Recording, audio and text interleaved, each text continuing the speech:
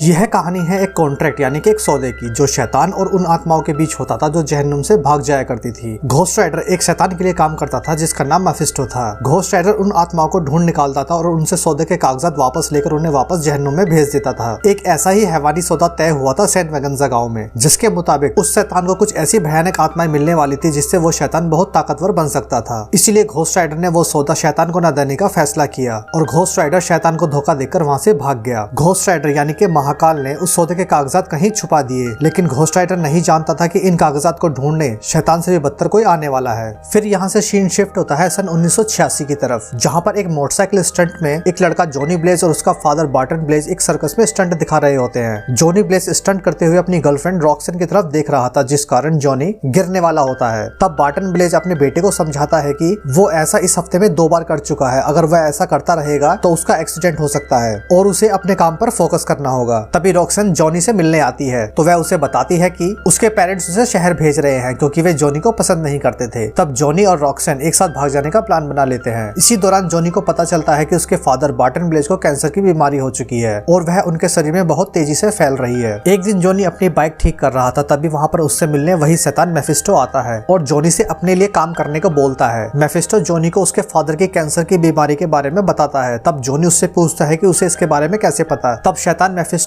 Johnny से कहता है कि वह उसके फादर को पूरी तरह से ठीक कर सकता है, मगर इसके लिए उसे एक कॉन्ट्रैक्ट यानी कि जॉनी को अपनी आत्मा उसे देनी होगी, जिसके लिए जॉनी शैतान को मना कर देता है। फिर मेफिस्टो जॉनी को सौदे के कागजात दिखाता है। तब जॉनी की उंगली में कट लग जाता है और उसका खून उस कागज पर गिर जाता है, जिसे वो उसका राजीनामा मान लेता है। यह सब मेफिस्टो ने अपनी चालाकी से किया था। अगली सुबह जॉनी का फादर पूरी तरह से ठीक हो चुका होता है और वह जॉनी से सर्कस में स्टंट करने के लिए जाने को कहता है, मगर जॉनी मना कर देता है और वह अपनी गर्लफ्रेंड के साथ जाने के लिए कहता है। तब बार्टन ब्लेज अकेले स्टंट करने का फैसला करते हैं, मगर उस शैतान मेफिस्टो की नजर जॉनी के फादर के ऊपर थी, जिस कारण स्टंट करते हुए जॉनी के फादर का एक्सीडेंट हो जाता है और वो मर जाते हैं। जब जॉनी को पता चलता है कि उसके फादर की मौत का कारण वही शैतान मेफिस्टो है, तब जॉनी उसे मारने की कोशिश करता है, लेकिन शैतान जॉनी को अपने वश में कर लेता है और कहता है कि अब उसे अपने दोस्त, अपने परिवार और अपने प्यार को भूलना होगा और जब उस शैतान को उसकी जरूरत होगी तो वह उसको और उसकी आत्मा को लेने आएगा। इसलिए वह अपनी गर्लफ्रेंड रॉक्सिन को छोड़कर भी चला जाता है। इस तरह कई साल बीत जाते हैं और कहानी आ जाती है सन 2007 में। अब जॉनी एक बहुत फेमस स्टंटमैन बन चुका होता है। वह काफी बड़े बड़े स्टंट को अंजाम दे रहा था, लेकिन जॉनी अभी भी उस सौदे से बचा नहीं था, जिस कारण जॉनी स्टंट करते हुए उस शैतान के सौदे को याद करता है और हर बार एक्सीडेंट करवा लेता है। मगर जॉनी की आत्मा उस शैतान के अधीन थी और उसकी इजाजत के बिना जॉनी की आत्मा उसके शरीर को नहीं छोड़ सकती, इसलिए हर बार जॉनी एक्सीडेंट में बच जाया करता था। वहीं दूसरी तरफ कहानी में एंट्री होती है एक दूसरे शैतान ब्लैक हार्ट की, जो पहले शैतान मेफिस्टो का बेटा था। वह सेंट वेगन्जा के उस सौदे के कागजात को ढूंढ रहा था ताकि वह उस सौदे के कागज के जरिए उन शापित आत्माओं को अपने काबू में कर पाए और पूरी दुनिया पर राज कर पाए। इसके लिए वह 3 लोग ग्रेजेल, वेलो